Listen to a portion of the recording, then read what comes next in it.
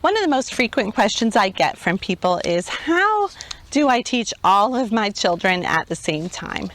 Now, I want to just challenge you today to not try to think about homeschooling and doing it the way the world does it. The way the world does it is not biblical. And frankly, you wouldn't be homeschooling if you liked the way the world does it. So since you pulled your kids out of public school or out of the local Christian school, and you decided that what they're teaching is not right, then why would you want to copy what they're doing in your home? So you don't need to have, let's say you have 6 children. I have 7 children, but I never taught more than 6 at a time. Just the space and ages. One was graduating high school as my 7th child was starting kindergarten. So I never had more than 6. So I'll just use 6 as an illustration here. But for a while, I was using boxed curriculum with a teacher manual, a workbook and a textbook, often 2, and answer keys, and sometimes tests and quizzes separate, and answer keys for those. And I had that for every single child, for every single subject. Yeah, that was overwhelming. It was overwhelming, but it was also not efficient, because I would notice that my children would listen to each other's lessons. I would be teaching, let's say, math, and I would be teaching math to my 8th grader, and my 6th grader and my 4th grader would be listening in and answering his questions. Or the other way around. You know, the 3rd grader was learning something in math, and the older kids were answering the questions. I'm like, guys, I know you know it. It's for him. Okay, leave him alone. And I'm having to have everybody else not pay attention to what I'm talking to my 3rd grader. And frankly, it's distracting. And on top of that, I'm juggling all these books and I can't remember who's learning what. And I'm like, didn't we just talk about this? And they're like, no, Mom, that was with Eric. You did that with him. I'm like, oh, yeah, right. So it was just not efficient. But on top of that, when I go to God's Word, I realize that there is a specific teaching method that no matter what curriculum I use or what method I use, I want to make sure this is how I'm doing it. This is my key verse for homeschooling. So I'm going to read it to you. It's Deuteronomy 6, verses 4 through 9. And it says, "Hear, O Israel," or pay attention. "Yehovah, our Elohim, Yehovah is one. And you shall love Yehovah, your Elohim, with all your heart and with all your soul and with all your strength." So whatever it is that I'm doing in homeschooling, I want it to be done in love, first to him, and then later we're going to read that it's love your neighbor as yourself. That's part of it. But we're supposed to do it with everything that we have. And it's really difficult to be divided in so many different directions. A double-minded man is unstable in all his ways, according to James. And we're trying to juggle too many things. If I can combine it, I'm going to have a lot more ability to focus my heart, my soul, and my strength on that topic. And then it says in verse 6, "These words which I command you today shall be in your heart." All right, so it's very important that the things that we're doing in school are first on my heart.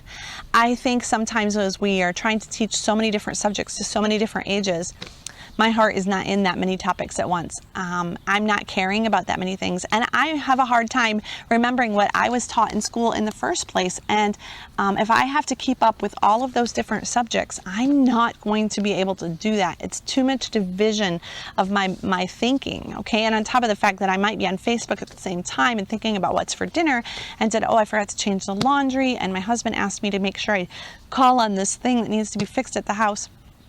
It's too much. It's just too much. We need to simplify.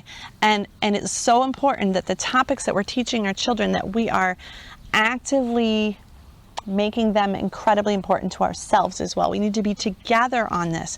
That's what I'm saying. Okay, how am I going to have it on my heart to talk to my children about evolution in their science class if I've already taught 4 science classes that day to all the different ages, and I'm just like, let's just get done. I could care less. But if we only teach one science class, and maybe only a couple times a week or whatever, I can really get into the topic with them. I can be like, wow, this is cool, and we can all be studying it. And I know you're saying, yeah, but how's my high school student going to study science right along with my first grader? That's not going to work, but it can. But let's keep going in Deuteronomy. It says, you shall teach them diligently, consistently, every day, sticking at it, to your children. Okay, so one of the things I need to do is find a curriculum or find a method of homeschooling that I can stick with and be diligent at. And I know that this verse is talking about beyond just homeschooling, but really it gets us into a mindset in the home that the things that we do, we need to do consistently day after day after day. We need to do them with diligence, okay? It's so important. And then it says, you shall talk of them. So the Father expects us to have discussions. I say this all the time, and I think about it a lot. This is such an important concept to keep in mind in homeschooling. Is discussion is the king. All right, of all other teaching methods, discussion is the one that makes the most difference. Now, there are some specific times that it says we should have those discussions. So we're in verse 7. It says, you shall teach them diligently to your children and shall talk of them when you sit in your house. Now, that's the one we think of for homeschooling. Let's keep going, though. When you walk by the way. Now, that is sounding like a mom who needs to go run errands or is walking out to the chicken coop to check on the chickens and gather eggs. Could be lots of different things. The next one is when you lie down and when you rise up. I think when you walk by the way would pretty much encompass the rest of your day, except when you're sitting. So sitting at the table, but walking by the way in the kitchen or doing chores or just everything that you're doing. But when you lie down and when you rise up specifically is mentioning a good bedtime routine and a good routine for your morning as well. We'll talk more about routines later. So I want you to notice that the discussions that you're having are key. They're king to homeschooling, their most important thing, and it's so much easier to have a discussion with all of your children together. Now, sometimes my husband teaches classes, especially online, and the men that are in the classes struggle because they're all on Zoom and they're talking, or maybe my husband is the one talking and they're just quietly listening. Maybe they're chatting with each other in the discussion group, but that's kind of like passing notes in class back in the 80s and 90s. We were all passing notes, and it was a little bit hard to pay attention to what the teacher was saying when we were talking to each other, and we got in trouble. That is much more like a classroom environment, but a home is different. A home, things can be going on at the same time that you're having a discussion. You can be mixing up cookie dough batter and still talking at the same time. And, you know, you can be having this great conversation. My daughter calls it getting on my soapbox. I'm very good at it. And you can be folding laundry or stuffing envelopes, you know, for a mailing or all kinds of things. For us, packing boxes to ship to customers, whatever we're doing is a great time to have a conversation. And I want you to think of homeschooling as just that. You're teaching your children, but you're home. And all of the things that happen in a normal life, that's when you do the school. Yes, sometimes you sit, because it says when you sit in your house. Sometimes you are sitting at the table. A table is a very handy spot to have school, or maybe your children have desks. But for the vast majority of the time when you're teaching your children, it's as you go about your life.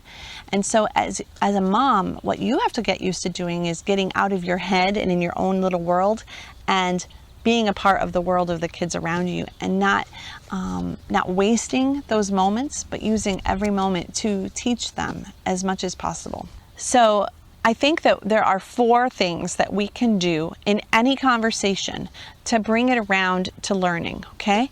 So we're going to have a conversation here. Let's say we're studying Roman times and we want to study about the wise men and they're bringing gifts to the baby that was born in Bethlehem, baby Yeshua.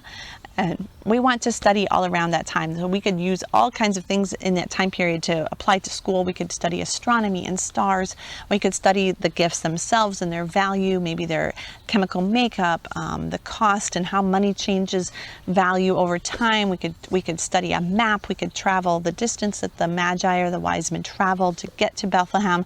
We could study prophecy. How did they even know to go to Bethlehem? I mean, this is just the tip of the iceberg. There are so many things that you could study right there. But how would you do it on various levels? So let's talk about the 4 levels. We have preschool, and a preschool student is learning to experience the world with all of his 5 senses. And he's also learning to use language, and he's learning to listen and pay attention to your voice. So if you went up into the early readers, so they are learning that letters make sounds, that numbers mean something, but they are also very much like a preschooler still, in that they more exist in a world with the 5 senses. And now you have the middle-aged student who is now able to read and write, and that's what I classify middle ages. They can read, they can write, and they can read and understand what's being said. And that's a middle-aged student. And that student is learning to take the world and read something, write something, and understand. So this is the age in which they might be able to hear someone talking and be able to put it back into their own words. They're definitely growing greatly in these skills, but they can also read a book and then tell you what they read. And then you have the high school students, and I'm meaning by high school students a student that is got a good grasp of what they're learning. They've been through it maybe a few times, and they are now able to put it back into their own words, whether that's through written form or teaching it to someone else, but they kind of own it. They know it that well. So those are your 4 basic age groups, and it doesn't really matter how old your student is. If you have someone with special needs, they might always be at the early reading level, or and never really be able to read for understanding from a book they bring home from the library. So it doesn't matter what age they are. You might also have an older student that's 12 or so and just never learned to read very well. And you could put them in what we call an early learning reading environment, but they would quickly catch up to the middle ages where they're reading for information. It just takes practice.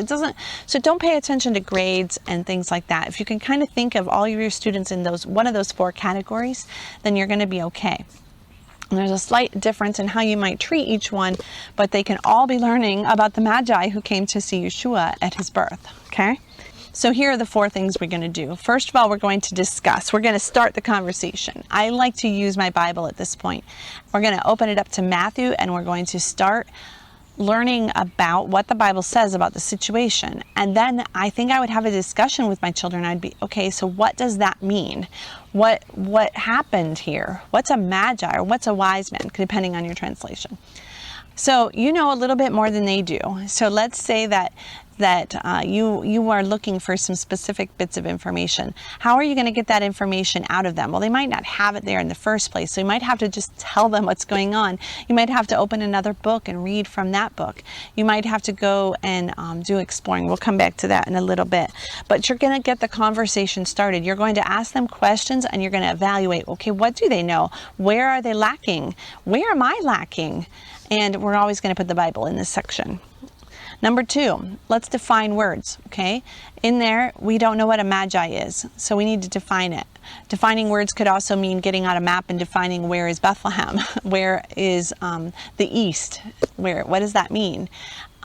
There are lots of words that need to be defined. In history and science, I think that we have a lot of words that we as adults know, but our children do not. How do I know if they know what a word means or not? Well, I have to ask them, what is a magi? And if they don't know, it'll be evident really quickly. So what is frankincense? Have you ever smelled frankincense? What is it made of? Like, it depends on the child's level and what they know.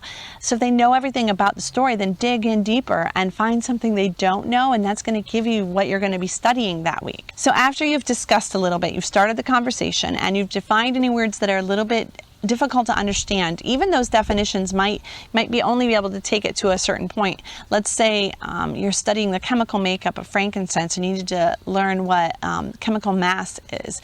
Your children may not know what chemical mass is, and even if you define it, you grab a dictionary, things like that, you might find there are a lot of things that you don't know. So I really like to have some books on my shelf that I can look things up and give a definition, use websites and Google things and get several different opinions so I can see what all of the different thoughts are as to what a word means. Just a little pause here about dictionary skills. Dictionary skills are super important. Your children need to know how to alphabetize, and you can just be saying your alphabet over and over and over again. It doesn't matter how old your children are. If they do not have dictionary skills, you might have to say the alphabet every day for a little while until they know it. When I say the alphabet with my children, I go A, B, C, D, E, F, G, H, I, J, K, L, M, N, O, P, Q, R, S, T, U, V, W, X, Y, and Z. So if I have to look up frankincense, in my brain I'm going A, B, C, D, E, F. Okay, if I'm looking up wise men, I might start with L, N, O, P, Q, R, S, T, U, V, W, All right, and I realized then I'm at the end of the alphabet right there. So I sing the alphabet song all the time when I'm using a dictionary. I would have your kids looking up stuff. If it's Bible time, you can take those dictionary skills over to concordances or lexicons, but they're still going to be alphabetical. If you're looking up in an atlas, you need to go to the back of the book and look on the index. Everything's still alphabetical. So teaching your kids the alphabet in order with a song or whatever method works is really, really important. Okay, so that's the first day, usually maybe day and a half of studying something. We have discussed together, we've found out where information is lacking and what needs to be learned. We've defined words and not defined words. If this is science, I have my kids actually write those definitions out in their notebooks. So now it's time the rest of the week, most of the rest of the week, 2 or 3 days at least, to gather information. All of those things that we found out we don't know, now it's time to start investigating. Let's find out a little bit about astrology and astronomy if we're talking about the wise men. Let's find out a little bit about who is Herod the king and how did he get there. So these are all things that we're going to look up now. You might do this by reading aloud from your history book and finding out what the author of that, what we call a spine, the main book that you use every day, what they have to say about it. And that's a really great place to go for information. So textbooks are useful at this point. You might have a historical fiction book that you read, and this is because maybe as a mom you were thinking ahead, but maybe it was on Monday and you called up the librarian and she's like, yeah, there's a book about that. Why don't you come in and get it? So Tuesday you start to read that book aloud. You might be looking things up on YouTube. YouTube is really grown over the 10 years that Homeschooling Torah has been in existence. And YouTube is both a scary place and an awesome place. And sometimes I really enjoy searching for things out on Google or Bing or DuckDuckGo. But I also enjoy searching for things on YouTube because I'm going to get an entirely different search. Teach your children how to use the internet and how to search. And granted, I do think you should search together. You should put your safe search on. You should not be letting your children go off and do this on their own, depending on the age and their level of responsibility. But the websites that you can go to are a mine of information. Like, I would not neglect the internet just because it's a bad place.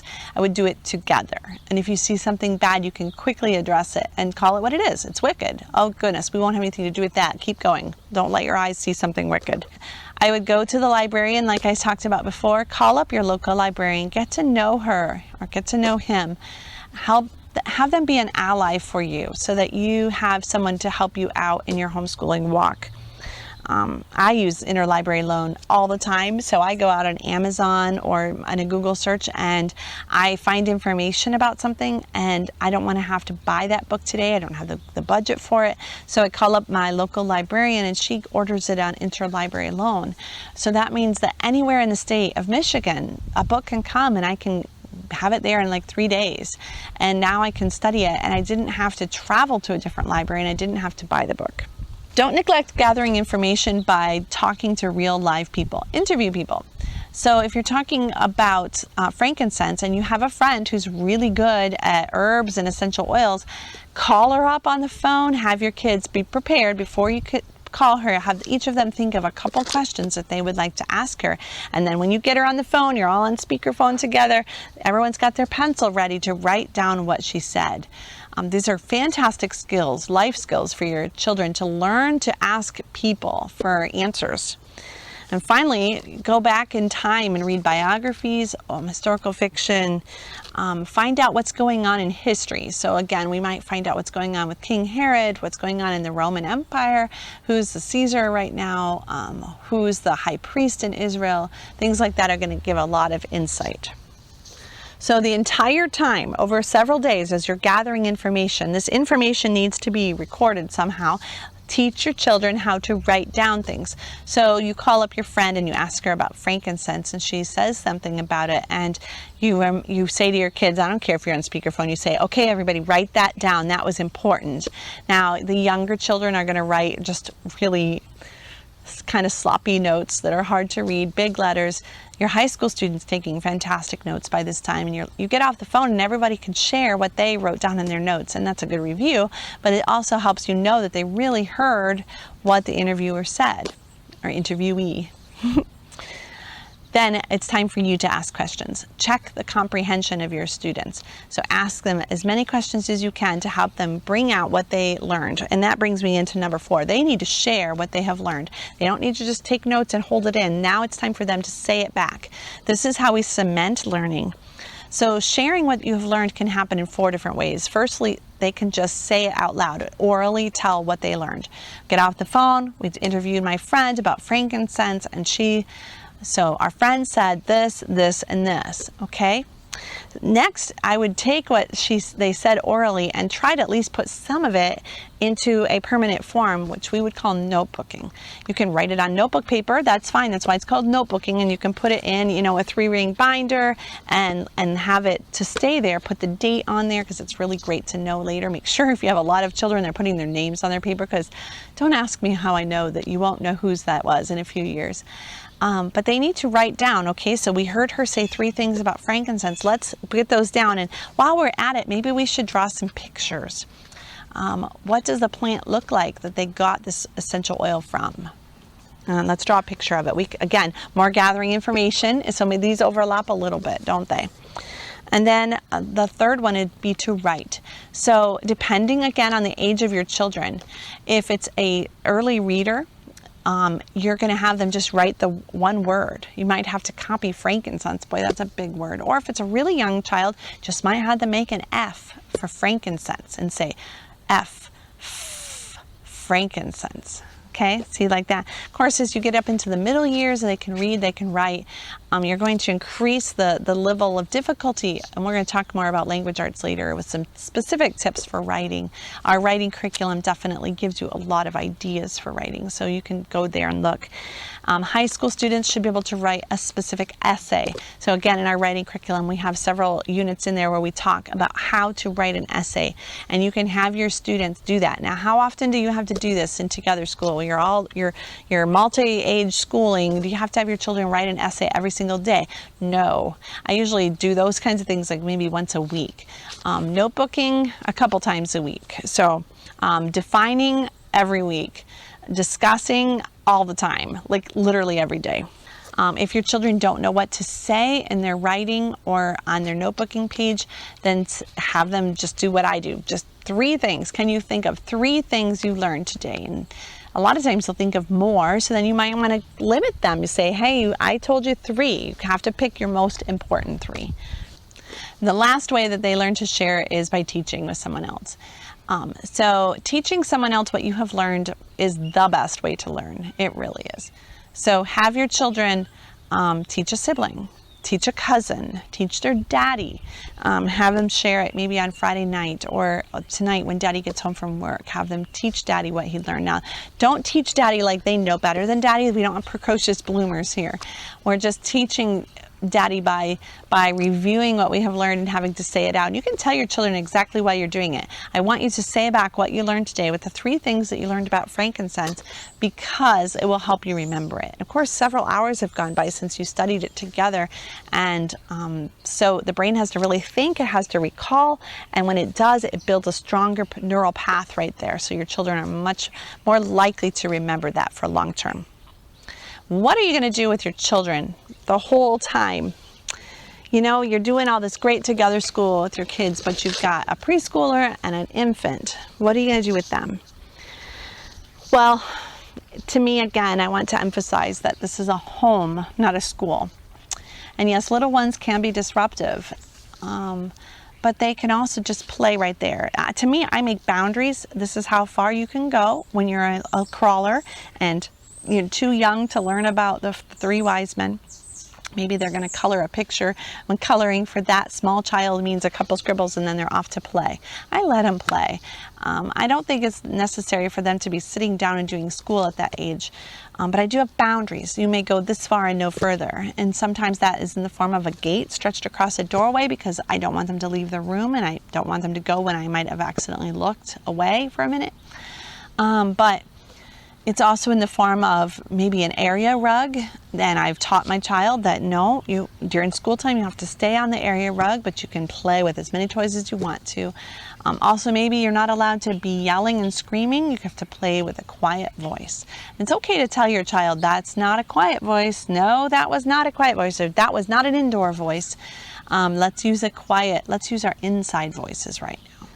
I also wanted to mention that you can teach your child to sit on your lap, and it is good to lengthen the amount of time that your child is willing to happily sit on your lap. It's going to come in handy for a million things. But I don't mean that you have to have a child sit on your lap all day long. No way. No. They need to be down crawling and down investigating and exploring and pouring water from one cup to another cup, and they can be playing in the sink. I would recommend that you have just a whole bunch of activities and ideas handy and ready to go, so that if you can't think of anything, these are things that they could be doing. And that's kind of what we have available for you in our preschool curriculum. Every single week we have 5 different activities, and that's just about right for a preschool student. They can do them for a few days and then you're off to something new next week. So that's a good idea if you need ideas for things that small children could do while you're teaching the older ones. So go to look in our preschool curriculum for that one. So the moral of the story for the whole thing is, don't be like the public school. Be you. But try really hard to have discussions, talking with your children as much as possible, and then have them tell you what they learned. At every age level, that is going to be a difficult thing, but it's also going to show you that your children have actually learned what you taught them. And that's the whole point. Don't try to copy the public schools. You just don't need to do that. Just try to do everything together.